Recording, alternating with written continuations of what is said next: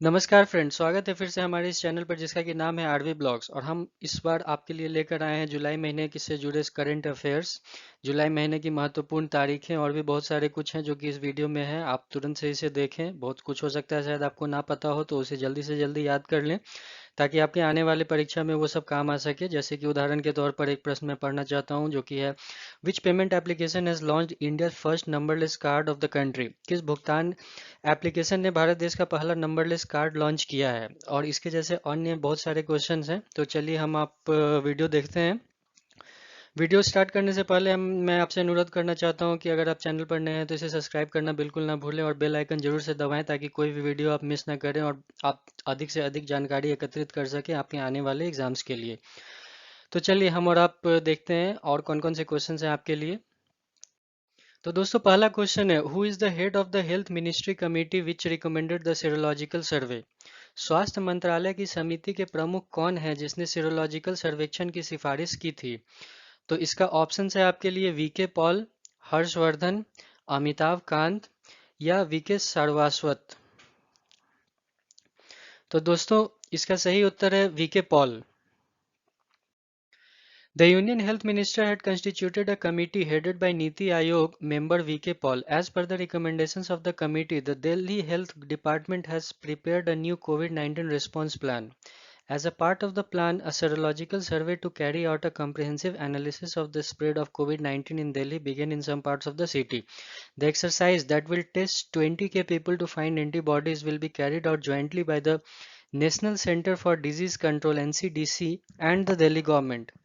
केंद्रीय स्वास्थ्य मंत्रालय ने नीति आयोग के सदस्य वीके पॉल की अध्यक्षता में एक समिति का गठन किया है। समिति की सिफारिश के अनुसार दिल्ली स्वास्थ्य विभाग ने एक नया कोविड-19 प्रतिक्रिया योजना तैयार की है। योजना के एक भाग के रूप में दिल्ली में कोविड-19 के प्रसार का व्यापक विश्लेषण करने के लिए सीरोलॉजिकल सर्वेक्षण शहर के कुछ हिस्से में शुरू हुआ है।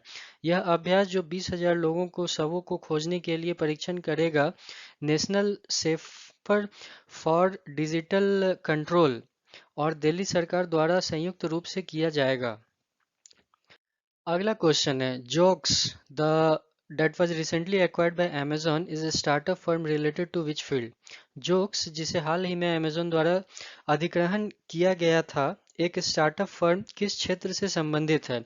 सेल्फ ड्राइविंग कार अर्थात self driving car, aerial transport अर्थात हवाई परिवहन, सोशल मीडिया अर्थात सामाजिक मीडिया, राइड हेलिंग सर्विस अर्थात घुड़सवारी सेवा। तो आपको इसका उत्तर बताना है दोस्तों। तो इसका सही उत्तर जो आपको जानना चाहिए वो है self driving car.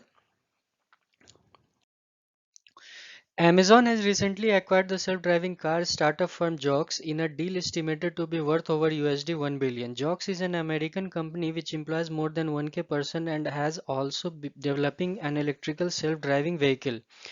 As per sources, this is Amazon's biggest investment so far in self-driving car technology. This is also one of its biggest purchases ever. The technology is expected to be deployed in automated delivery projects of Amazon.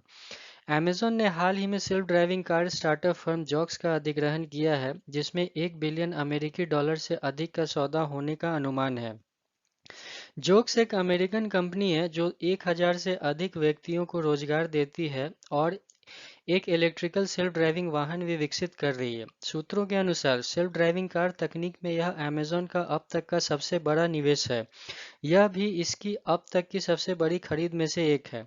इस तकनीक के Amazon की स्वचालित वितरण परियोजना में तैनात होने की उम्मीद है। अगले क्वेश्चन पे चलते हैं दोस्तों। अगला क्वेश्चन है, which former union minister is to led the proposed cooperative development forum. किस पूर्व केंद्रीय मंत्री को प्रस्तावित सहकारी विकास मंत्र CDF का नेतृत्व करना है। ऑप्शंस है सुरेश प्रभु, गोपीनाथ राव, कलराज मिश्र या मेनका संजय गांधी। तो दोस्तों इसका सही उत्तर है सुरेश प्रभु। Former Union Minister and Rajya Sabha member Suresh Prabhu is to lead a Cooperative Development Forum (CDF). The CDF forum that is likely to be formally launched on July 24 aims to work towards promoting cooperative movement in the country and boost the rural economy. Suresh Prabhu is also the Sherpa of India for G20. The forum also aims to formulate the modern national state cooperative policy. पूर्व केंद्रीय मंत्री और राज्यसभा सदस्य सुरेश प्रभु को cooperative development forum CDF का नेतृत्व करना है। सीडीएफ फोरम, जिसे 24 जुलाई को औपचारिक रूप से लॉन्च किए जाने की संभावना है, इसका उद्देश्य देश में सहकारी आंदोलन को बढ़ावा देना और ग्रामीण अर्थव्यवस्था को बढ़ावा देना है। सुरेश प्रभु G20 के लिए भारत के शेरपा भी हैं। इस मंच का उद्देश्य आधुनिक राष्ट्रीय राज्य सहकारी नीति तैयार करना भी है। तो दोस्तों, वीडियो आप लोग को पसंद आ रहा होगा। अगर आप चैनल पे नए हैं तो सब्सक्राइब और बेल बटन को दबाना बिल्कुल ना भूलें। अपने फ्रेंड्स के साथ जरूर शेयर करें वीडियो को, और वीडियो को अच्छे से देखते रहें ताकि कोई भी क्वेश्चंस आप मिस ना करें आने वाले अपने एग्जाम में। ये मेरा बहुत महत्वपूर्ण उद्देश्य है इस वीडियो को बनाने का और इस चैनल का। तो दोस्तों, अगला क्वेश्चन है, the United States has eliminated the special status and halted defence export to which country? संयुक्त राष्ट्र अमेरिका ने विशेष स्थिति को समाप्त कर दिया है और किस देश को रक्षा निर्यात रोक दिया है? ऑप्शंस हैं चाइना, हांगकांग, इंडिया या वियतनाम। तो दोस्तों, इसका सही उत्तर है आपके लिए, गेस करिए। अच्छा, हांगकांग। हांगकांग इसका सही उत्तर है। The United States has recently eliminated the special states under US law and halted defense exports to Hong Kong. US has also restricted the access of the country to high technology products. This decision has been taken while China is preparing new Hong Kong security legislations. US also proposed to end the export of dual-use technologies to the territory which have both commercial and military uses. संयुक्त राष्ट्र America ने हाल ही में अमेरिकी कानून के तहत विशेष दर्जा प्राप्त कर दिया है और हांगकांग को रक्षा निर्यात रोक दिया है। यूएस ने उच्च प्रौद्योगिकी उत्पाद के लिए देश की पहुंच को भी प्रतिबंधित कर दिया है। यह निर्णय तब लिया गया जब चीन नए हांगकांग सुरक्षा कानून तैयार कर रहा है। अमेरिका ने क्षेत्र में दोहरे उपयोग वाले प्रौद्योगिकी के निर्यात को समाप्त करने का भी प्रस्ताव दिया है, जिनके वाणिज्य और सैन्य उपयोग दोनों ही हैं। अगला क्वेश्चन है दोस्तों, when is chartered accountants day celebrated in India? Bharat में चार्टर्ड अकाउंटेंट दिवस कब मनाया जाता है? ऑप्शंस हैं जुलाई 1, जुलाई 2, जुलाई 3 या जुलाई 4। चार्टर्ड अकाउंटेंट्स डे, तो सही उत्तर इसका दोस्तों जुलाई 1 है। जुलाई 1 को चार्टर्ड अकाउंटेंट डे मनाया जाता है। Chartered accountant day is celebrated on July 1 every year to commemorate the founding of the Institute of Chartered Accountants of India. The Institute of Chartered Accountants of India (ICAI) was established by the Parliament of India in 1949 under an act. It is the national professional accounting body and the second biggest accounting organization in the world. Chartered accountant दिवस हर साल 1 जुलाई को institute of chartered accountant of India की स्थापना के उपलक्ष्य में मनाया जाता है। भारतीय सन्निधि लेखाकार संस्थान (आईसीएआई) की स्थापना भारत की संसद द्वारा 1949 में एक अधिनियम के तहत की गई थी। यह राष्ट्रीय पेशेवर लेखा निकाय और दुनिया में दूसरे सबसे बड़ा लेखा संगठन है। अगला क्वेश्चन है दोस्तों, Indian Oil and NTPC limited partner to develop a waste to energy plant at which Indian state और यूनियन टेरिटोरीज? इंडियन ऑयल और एनटीपीसी लिमिटेड ने भारत के किस राज्य या केंद्र शासित प्रदेश में ऊर्जा संयंत्र के लिए अपशिष्ट विकसित करने की साझेदारी की है? ऑप्शंस हैं आपके लिए महाराष्ट्र, न्यू दिल्ली, उड़ीसा और छत्तीसगढ़। तो दोस्तों, इसका सही उत्तर है हमारे लिए new Delhi. A MOU (Memorandum of Understanding) was recently signed between Indian Oil, NTPC, and South Delhi Municipal Corporation to develop a demonstration waste-to-energy plant at Okhla Landfill Miles site in Delhi. The plant is to be developed using gasification technology and it shall process 17,500 tons per annum of refuse-derived fuel from combustible components of municipal waste. Minister of Petroleum and Natural Gas and Steel Dharmendra Pradhan and Minister of State for Power and New and Renewable Energy R.K. Singh were present during the virtual event. Delhi में Okhla landfill site पर एक प्रदर्शन अपशिष्ट से ऊर्जा संयंत्र विकसित करने के लिए हाल ही में इंडियन ऑयल एनटीपीसी लिमिटेड और दक्षिण दिल्ली नगर निगम के बीच एक समझौता ज्ञापन पर हस्ताक्षर किए गए थे। प्लांट को गैसिफिकेशन तकनीक का उपयोग करके विकसित किया जाना है और यह 17,500 टन प्रतिवर्ष म्युनिसिपल वेस्ट के दशहीन घटकों से रिफाइंड डबल फ्यूल को संबंधित करेगा। वर्चुअल इवेंट के दौरान पेट्रोलियम और प्राकृतिक गैस और इस्पात मंत्री धर्मेंद्र प्रधान और बिजली और नई और नवीकरणीय ऊर्जा राज्य मंत्री आर.के. सिंह भी मौजूद थे। How many countries are involved in the USMCA agreement? UMCA समझौते में कितने देश शामिल हैं? 3, 4, 5 और 6 इसका ऑप्शन है दोस्तों, और इसका सही उत्तर है 3। The United States-Mexico Canada Agreement is set to replace the 25 years old NAFTA North American Free Trade Agreement. The renegotiated deal comes into effect from July 1. USMCA is a trilateral agreement between the three countries, namely the United States, Mexico, and Canada. The deal was originally signed in 2018, and since then the countries have been working to implement the new deal. It seeks to support the technology sector and include $600 million to address environmental problems. संयुक्त राज्य America Mexico Canada समझौता 25 वर्षीय NAFTA अर्थात उत्तर America मुक्त व्यापार समझौता को बदलने के लिए निर्धारित है। पूर्व निर्मित सौदा 1 जुलाई से लागू होगा। यूएसएमसीए 3 देश के लिए एक त्रिपक्षीय समझौता है, संयुक्त राज्य अमेरिका, मैक्सिको और कनाडा। इस सौदे पर मूल रूप से 2018 में हस्ताक्षर किए गए थे और तब से देश नए सौदे को लागू करने के लिए काम कर रहा है। यह प्रौद्योगिकी क्षेत्र का समर्थन करना चाहता है और इसमें पर्यावरण समस्याओं को सुधारने के लिए 600 मिलियन अमेरिकी डॉलर भी शामिल किए गए हैं। दोस्तों उम्मीद करता हूँ वीडियो काफ़ी अच्छा पसंद आ रहा होगा। जुलाई महीने की महत्वपूर्ण तारीख और उन तारीखों को क्या क्या मनाया जाता है यह इस वीडियो के अंत में है, उसे जरूर से मिस ना करें, वो बहुत ही महत्वपूर्ण है आने वाले एग्जाम्स के लिए।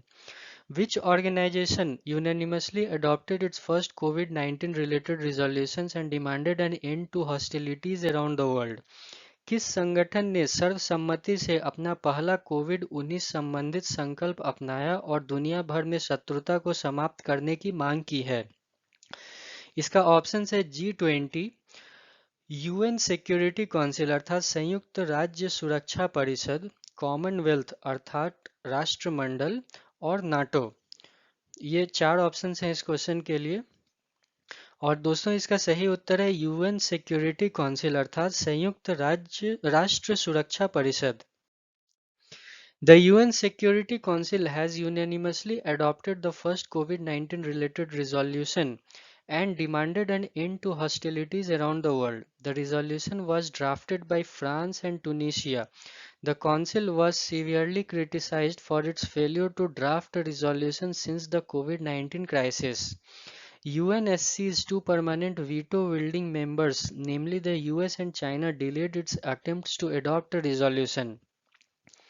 संयुक्त राष्ट्र सुरक्षा परिषद ने सर्वसम्मति से पहले कोविड-19 संबंधित संकल्प को अपनाया है और दुनिया भर में शत्रुता को समाप्त करने की मांग की है। संकल्प फ्रांस और टूनीशिया द्वारा तैयार किया गया था। कोविड-19 संकट के बाद से एक प्रस्ताव का मसौदा तैयार करने में विफलता के लिए परिषद की कड़ी आलोचना की गई थी। यूएनएससी के 2 स्थायी वीटो फील्डिंग सदस्य अर्थात यूएस और चीन ने संकल्प अपनाने में अपना प्रयासों में देरी की। अगला क्वेश्चन है दोस्तों, as per the world's bank classification India is retained in which category of income group? विश्व बैंक के वर्गीकरण के अनुसार भारत को किस आय वर्ग की श्रेणी में रखा गया है? ऑप्शन है आपके लिए लो इनकम अर्थात जिसका आय कम है, कम आय। लो मिडिल इनकम अर्थात निम्न मध्यम आय। तीसरा ऑप्शन है अपर मिडिल इनकम अर्थात ऊपरी मध्यम आय। और चौथा ऑप्शन है हाई इनकम अर्थात उच्च आय। और दोस्तों इसका उत्तर है लो मिडिल इनकम अर्थात निम्न मध्यम आय। The World Bank assigns the countries of the world to four economic or incoming groups, namely low, lower middle, upper middle, and high income countries. The classifications are updated on July 1st every year and it is based on GNI per capita. In this year's classification, 7 economies including Nepal and Indonesia are moving to a higher category. 3 economies including Sri Lanka have moved down to a lower category. India retains its lower middle positions. That means India has not changed its position. Even the last year, India was at the same position. विश्व bank दुनिया के देशों को निम्न, निम्न मध्यम, ऊपरी मध्यम और उच्च आय वाले देशों को 4 आय समूह प्रदान करता है। वर्गीकरण हर साल 1 जुलाई को अपडेट किया जाता है और यह जीएनआई प्रति व्यक्ति पर आधारित है। इस वर्ष के वर्गीकरण में नेपाल और इंडोनेशिया सहित 7 अर्थव्यवस्था उच्च श्रेणी में जा रही है। श्रीलंका सहित 3 अर्थव्यवस्था निम्न श्रेणी में चली गई है। भारत अपने निचले मध्य स्थान को बरकरार रखता है, अर्थात भारत पिछले साल भी इसी निचले मध्य स्थान पर बना हुआ था और इस साल भी भारत का पोजीशन वही है। अगला क्वेश्चन है दोस्तों, विच इंडियन स्टेट और union territory launched waiver Samman Yojana? किस भारतीय राज्य या केंद्र शासित प्रदेश ने बुनकर सम्मान योजना शुरू की है? ऑप्शंस है मध्य प्रदेश, कर्नाटका, उड़ीसा या गुजरात। तो दोस्तों इसका सही उत्तर है Karnataka. The Chief Minister of the State of Karnataka has launched Weaver Samman Yojana to provide annual financial assistance of 2000 rupees to handloom weavers. Around 20k weavers of the state are to be provided financial aid through direct benefit transfer. For implementing the scheme, the state has allocated rupees 10.96 crore. The state has also proposed to give a one-time financial assistance to workers employed in power looms. Karnataka राज्य में मुख्यमंत्री ने हथकरघा बुनकरों को 2000 रुपए की वार्षिक वित्तीय सहायता प्रदान करने के लिए बुनकर सम्मान योजना शुरू की है। राज्य के लगभग 20,000 बुनकरों को प्रत्यक्ष लाभ हस्तांतरण के माध्यम से वित्तीय सहायता प्रदान की जानी है। योजना को लागू करने के लिए राज्य ने 10.96 करोड़ रुपए आवंटित किया है।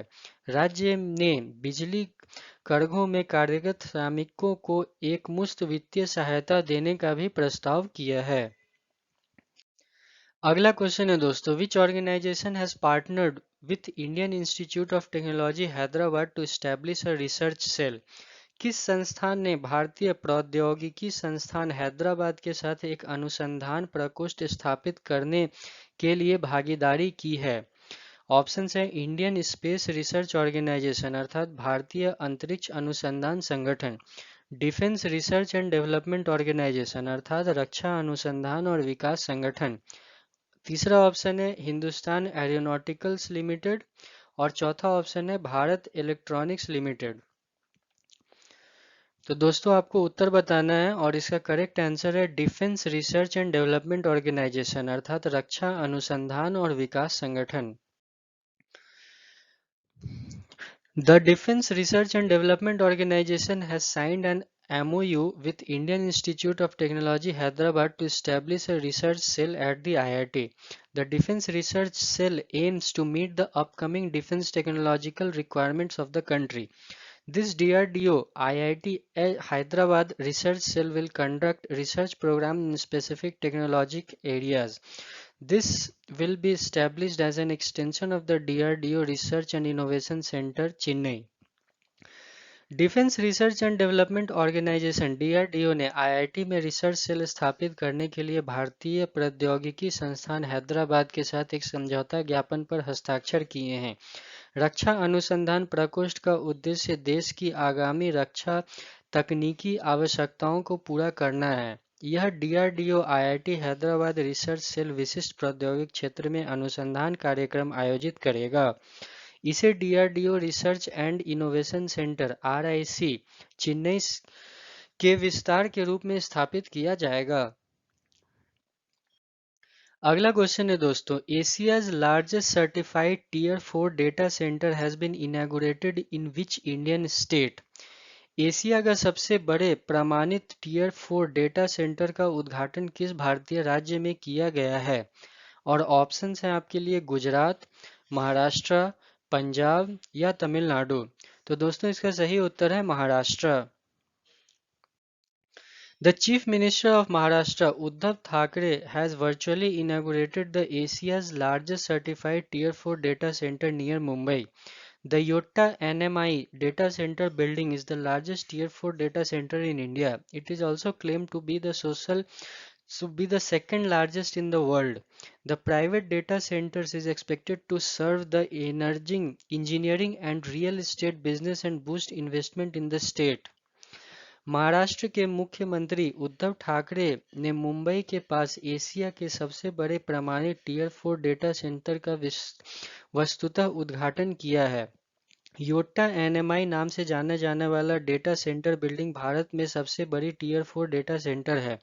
इसे दुनिया का दूसरा सबसे बड़ा दावा भी माना जाता है। निजी डेटा सेंटर से इंजीनियरिंग और रियल एस्टेट व्यवसायों की सेवा करने और राज्य में निवेश को बढ़ावा देने की उम्मीद है।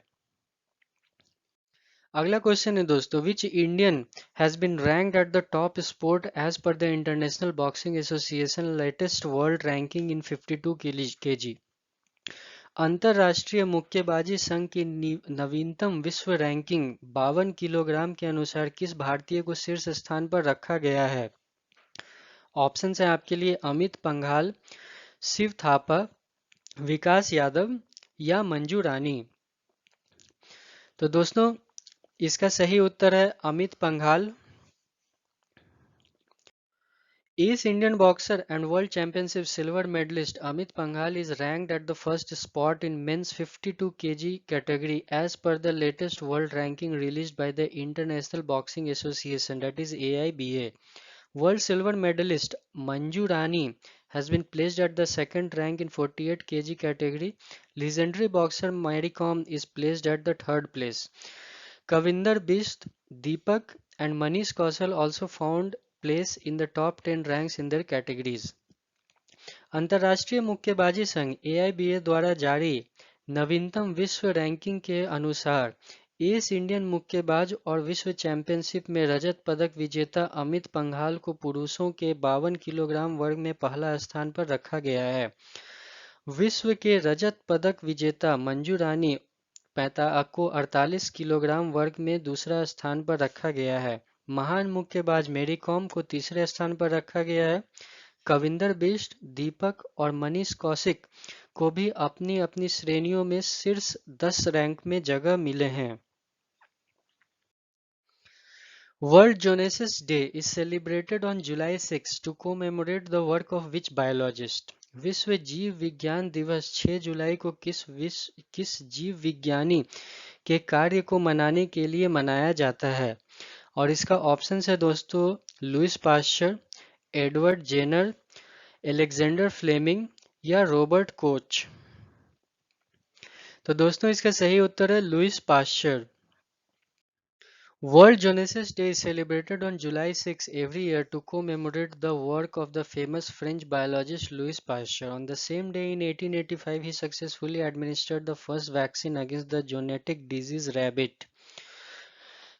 rabies, which was caused by rabbit. The United Nations Environment Programme (UNEP) and the International Livestock Research Institute jointly launched a report on the day titled Preventing the Next Pandemic, Zoonotic Disease and How to Break the Chain of Transmission. प्रसिद्ध French जीव विज्ञानी Louis Pasteur के काम को मनाने के लिए हर साल 6 जुलाई को विश्व जोनस डे मनाया जाता है।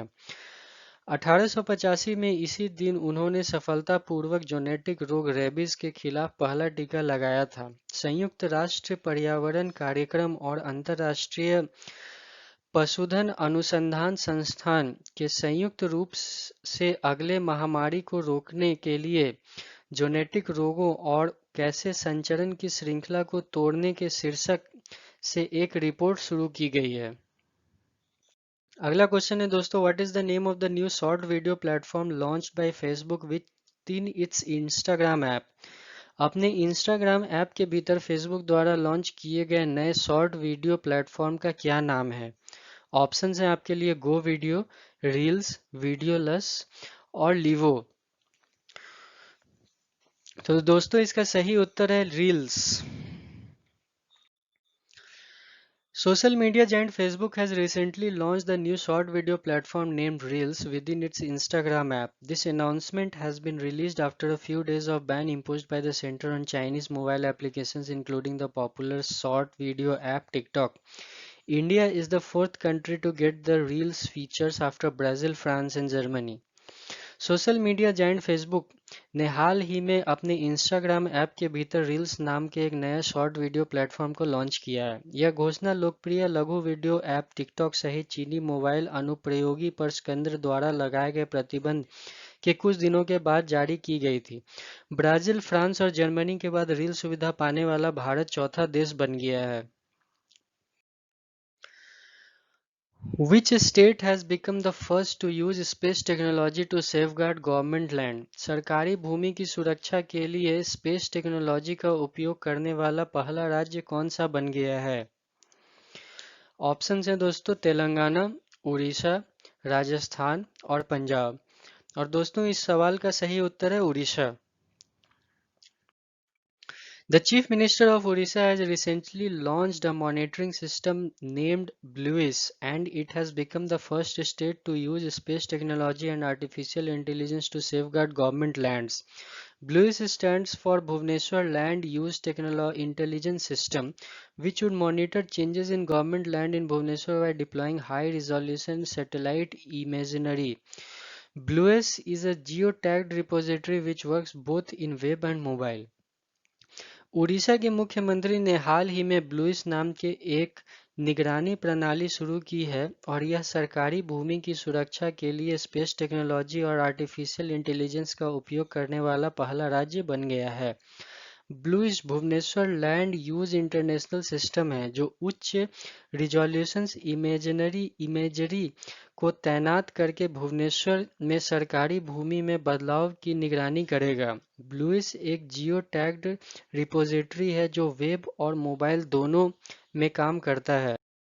अगला क्वेश्चन है दोस्तों, which country is reported to build 6 to 8 nuclear reactor per year from 2020 to 2025? किस देश में 2020 से 2025 तक प्रत्येक वर्ष 6 से 8 परमाणु रिएक्टर बनाने की सूचना है? ऑप्शन है दोस्तों यूनाइटेड स्टेट अर्थात संयुक्त राज्य अमेरिका, चाइना, इजराइल या यूनाइटेड अरब इमिरेट्स अर्थात संयुक्त अरब अमीरात्स। तो दोस्तों इसका सही उत्तर जो आपके लिए है वो है China. As per the news reported by the official China Daily, China will build 6 to 8 nuclear reactors per year between 2020 and 2025. China is said to raise total capacity to 70 gigawatts, which is around 43.5% more than that of the capacity estimated at the end of the May.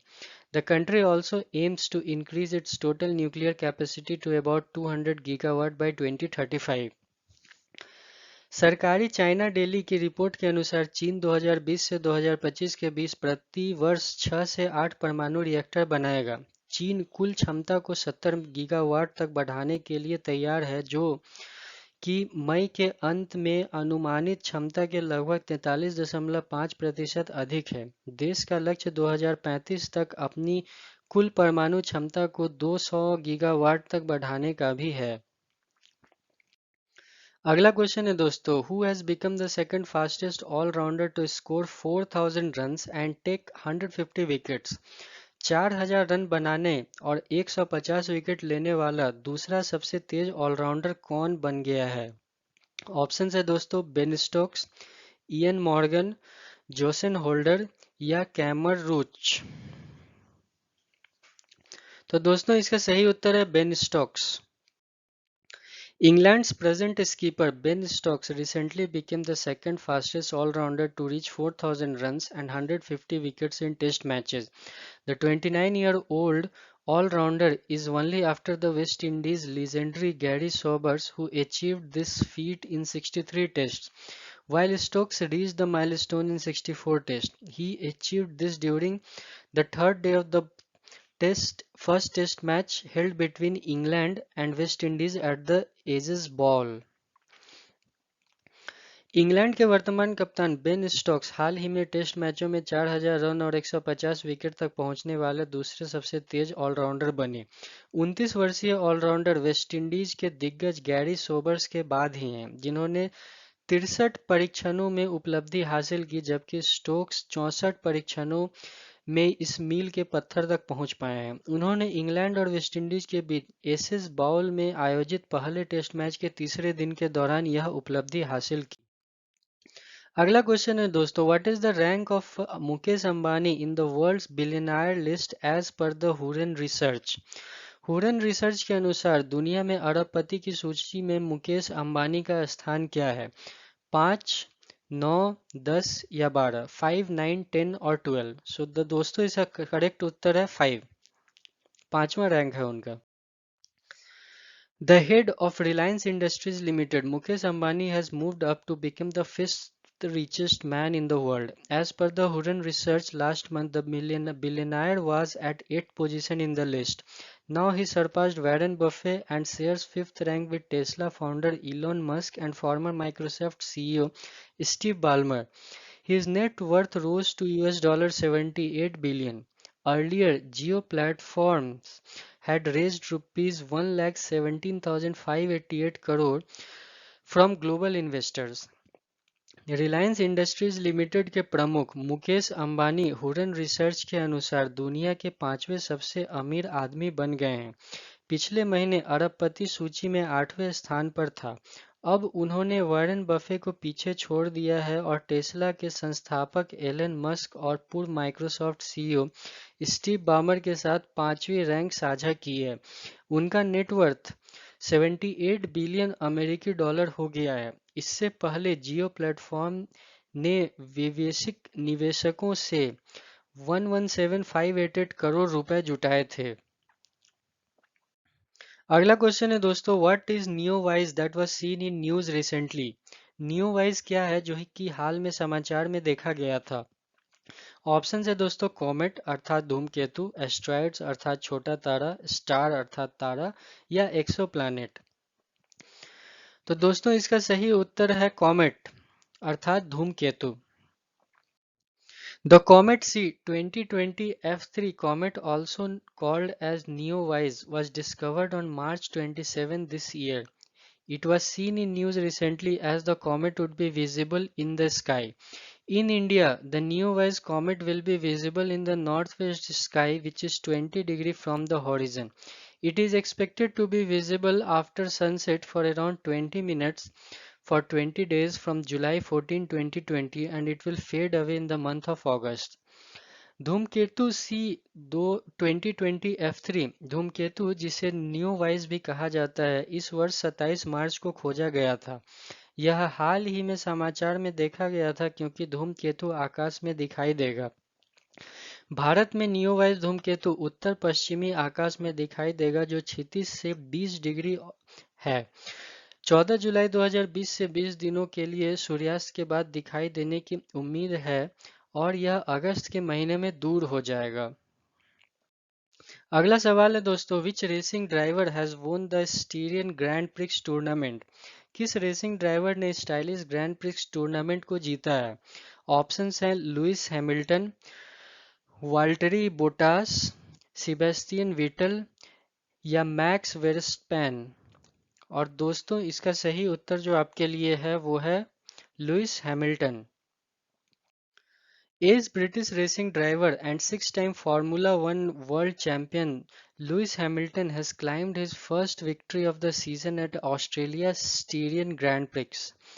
The 37-year-old who races for Mercedes raised a clenched fist on the podium in support of anti-racism campaigners.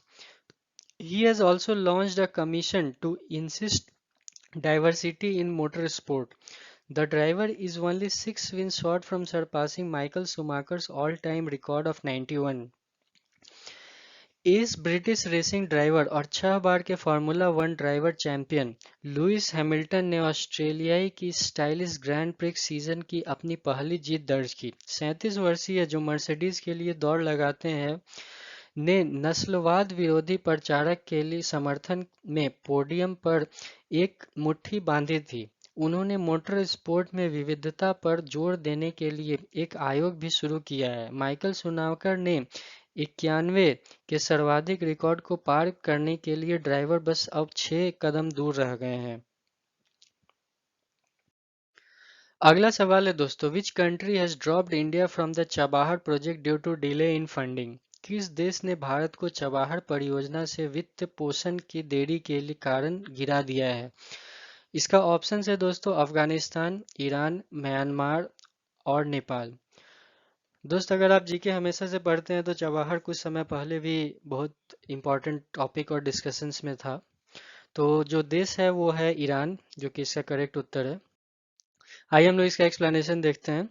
India and Iran partner to construct a rail line from Chabahar port to Zahedan along the border with Afghanistan 4 years ago. Recently, Iran decided to proceed without India's assistance, and its transport minister has inaugurated the track laying process for the Chabahar-Jahidin line. Recently, China finalized a 25-year USD 400 billion strategic deal with Iran. Bharat और Iran ने 4 साल पहले अफगानिस्तान की सीमा के साथ चबाहर बंदरगाह से जाहिदीन तक एक रेल लाइन के निर्माण की भागीदारी की थी। हाल ही में ईरान ने भारत की सहायता के बिना आगे बढ़ने का फैसला किया और उसके परिवहन मंत्री ने चबाहर जाहिदीन लाइन के लिए ट्रैक बिछाने की प्रक्रिया का उद्घाटन किया। हाल ही में चीन ने ईरान के साथ 25 साल की यूएसडी अर्थात यूएस डॉलर 400 बिलियन की रणनीतिक डील को अंतिम रूप भी दिया है। अगला सवाल है दोस्तों, India has signed an agreement with which country to expand cooperation in cyber security? भारत ने किस देश के साथ साइबर सुरक्षा में सहयोग का विस्तार करने के लिए एक समझौते पर हस्ताक्षर किए हैं? ऑप्शंस हैं दोस्तों डेनमार्क, फिनलैंड, न्यूजीलैंड और इजराइल। तो दोस्तों इसका सही उत्तर है Israel. India has signed a new agreement with Israel to collaborate in the field of cybersecurity and to tackle the challenges in the field amidst the COVID-19 pandemic. The MOU has been signed between the Indian Computer Emergency Response Team, Ministry of Electronics and Information Technology, and Israel's National Cyber Directorate. Under the MOU, technological assistance and mutual services in cybersecurity will be exchanged. Cyber सुरक्षा के क्षेत्र में सहयोग करने और कोविड-19 महामारी के बीच की चुनौतियों से निपटने के लिए भारत ने इजरायल के साथ एक नए समझौते पर हस्ताक्षर किए हैं। भारतीय computer emergency response team CERT, electronics और सूचना प्रौद्योगिकी मंत्रालय और इजरायल के राष्ट्रीय साइबर निर्देशालय के बीच समझौता ज्ञापन पर हस्ताक्षर किए गए हैं। MOU के तहत साइबर सुरक्षा में तकनीकी सहायता और आपसी सेवाओं का आदान प्रदान किया जाएगा। अगला क्वेश्चन है दोस्तों, विच payment application has launched India's first numberless card of the country? किस भुगतान एप्लीकेशन ने भारतीय देश की पहली नंबरलेस कार्ड लॉन्च की है? इसका ऑप्शन है दोस्तों पेजैप, फ्रीचार्ज, फैमपे या पेटीएम। तो दोस्तों इसका जो करेक्ट उत्तर है वो है फैमपे। One of the world's or one of the country's digital payment application, FamPay, has recently launched the country's first numberless card targeted at the teenagers. Using these numberless debit cards, minors can make online and offline payment without opening a bank account. The card has no number on it and all the details are saved on the FamPay application. देश के digital भुगतान अनुप्रयोगी में से एक फैमपे ने हाल ही में किशोरों के लिए लक्षित देश का पहला नंबरलेस कार्ड लॉन्च किया है, अर्थात जिस कार्ड पे कोई नंबर ना हो। इन संख्याहीन डेबिट कार्ड का उपयोग करके नाबालिग बिना बैंक खाता खोले ऑनलाइन और ऑफलाइन भुगतान कर सकते हैं। कार्ड पर ऐसी कोई संख्या नहीं है और सभी विवरण फैम्पे एप्लीकेशन पर सहज किए गए हैं।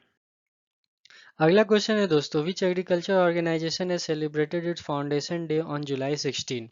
जुलाई 16 अर्थात 16 जुलाई को किस कृषि संगठन ने अपना संस्थापना दिवस मनाया है? ऑप्शंस हैं आपके लिए, Indian council of agriculture research अर्थात भारतीय कृषि अनुसंधान परिषद, सेकंड ऑप्शन है एग्रीनोवेट इंडिया, तीसरा ऑप्शन है सेंट्रल एग्रीकल्चर यूनिवर्सिटी अर्थात केंद्रीय कृषि विश्वविद्यालय, चौथा ऑप्शन है नेशनल कोऑपरेटिव डेवलपमेंट कॉरपोरेशन अर्थात राष्ट्रीय सहकारी विकास निगम। तो दोस्तों इसका सही उत्तर है Indian councils of agriculture research अर्थात भारतीय कृषि अनुसंधान परिषद। Indian Council of Agriculture Research, an autonomous organization under the Department of Agriculture Research and Education (DARE), Ministry of Agriculture and Farmers Welfare, has recently celebrated its 92nd Foundation Day on July 16. It was established on the same day in the year 1929 and was formerly known as Imperial Council of Agriculture Research. ICAR also announced the annual award to various institutions and persons. भारतीय कृषि अनुसंधान परिषद कृषि अनुसंधान और शिक्षा विभाग dare के तहत एक स्वीकृत संगठन कृषि और किसान कल्याण मंत्रालय ने हाल ही में 16 जुलाई को अपना 92वां स्थापना दिवस मनाया है। यह वर्ष 1929 में उसी दिन स्थापित किया गया था, जिसे पहले imperial council of agriculture research के नाम से जाना जाता था। आईसीएआर ने विभिन्न संस्थाओं और व्यक्तियों को वार्षिक पुरस्कार की भी घोषणा की थी। अब दोस्तों जो इम्पोर्टेंट इवेंट्स ऑफ जुलाई है अर्थात जुलाई की महत्वपूर्ण घटनाएं, उस पर हम एक नज़र दौड़ा लेंगे। जुलाई 1 से लेकर जुलाई 31 के बीच में अलग अलग दिनों में अलग अलग महत्वपूर्ण दिवस मनाए जाते हैं। अधिकतर समय एग्जाम में यह क्वेश्चन आ जाता है कि किसी न किसी डेट के बारे में पूछा जाता है कि किस दिन को कौन सा दिवस मनाया जाता है। तो आपके लिए थोड़ा सा जो इम्पोर्टेंट होंगे इस जुलाई महीना के लिए वो आपके सामने मैं यहाँ प्रस्तुत कर रहा हूँ। तो एक नज़र आप इस पर ज़रूर देखें। तो ये जुलाई 1 को हम लोग doctors day, national postal worker day, Canada day या चार्टर्ड अकाउंटेंट दिवस के रूप में मनाते हैं। जुलाई 2 को वर्ल्ड यूएफओ डे के रूप में मनाया जाता है। जुलाई 4 को यूएसए इंडिपेंडेंस डे के रूप में मनाया जाता है। जुलाई 6 को वर्ल्ड जुनेसिस डे के रूप में मनाया जाता है। जुलाई 11 को वर्ल्ड पॉपुलेशन डे अर्थात विश्व जनसंख्या दिवस। जुलाई 12 को राष्ट्रीय सादगी दिवस, पेपर बैग डे या विश्व मलाल दिवस के रूप में मनाया जाता है। जुलाई 16 को बैस्टाइल डे के रूप में मनाते हैं। जुलाई 17 को अंतर्राष्ट्रीय न्याय के लिए विश्व दिवस अर्थात world day for international justice. जुलाई 18 अंतर्राष्ट्रीय नेल्सन मंडेला दिवस अर्थात इंटरनेशनल नेल्सन मंडेला दिवस के रूप में मनाया जाता है। जुलाई 22 को पाई अनुमोदन दिवस अर्थात पाई अप्रोक्सीमेशन डे। जुलाई 24 को राष्ट्रीय थर्मल इंजीनियर दिवस। जुलाई 26 को कारगिल दिवस और अभिभावक दिवस अर्थात नेशनल पेरेंट्स डे। जुलाई 28 को विश्व प्राकृतिक संरक्षण दिवस, जिसको कि वर्ल्ड नेचुरल कंजर्वेशन डे भी बोलते हैं। और जुलाई 28 को ही विश्व हेपेटाइटिस डे भी मनाया जाता है। जुलाई 29 को बाघ दिवस अर्थात इंटरनेशनल टाइगर डे भी मनाया जाता है। तो ये हमारे इस वीडियो में कुछ महत्वपूर्ण प्रश्न थे जो कि अब उम्मीद करता हूँ कि अगर आपसे पूछा जाए तो आप इसका जवाब जरूर देंगे। इसके पहले भी मैंने कुछ क्वेश्चंस डाले थे जो कि जुलाई मंथ के ही करंट अफेयर्स थे, तो अनुरोध करूंगा कि आप उन सब क्वेश्चंस को भी जरूर से देखें, अच्छे से पढ़ाई करें। बाकी जितने सहयोग हो सकेगा हम अपने वीडियो के माध्यम से आप तक जरूर पहुंचाते रहेंगे। वीडियो पर अगर आप नए हैं तो मैं आपसे अनुरोध करूंगा कि वीडियो को आप पूरा देखें ताकि कोई भी क्वेश्चन मिस ना कर जाए। अक्सर एग्जाम में ऐसा होता है कि जो क्वेश्चन आप मिस कर देते हैं या जिसको पढ़ के नहीं जाते हैं वही आ जाता है, तो ऐसा कुछ भी ना करें कि आप कुछ छोड़ दें या आधा वीडियो देखें या आधा क्वेश्चंस पढ़ें। और अगर वीडियो पसंद आए तो वीडियो को लाइक ज़रूर करें, अपने फ्रेंड्स के साथ ज़रूर शेयर करें। चैनल पर नए हो तो सब्सक्राइब करना बिल्कुल ना भूलें। कोरोना से बचे रहें, स्वस्थ रहें, अच्छे से एग्ज़ाम की तैयारी करें और ऑल द बेस्ट आपको आपके आने वाले एग्ज़ाम्स के लिए। धन्यवाद।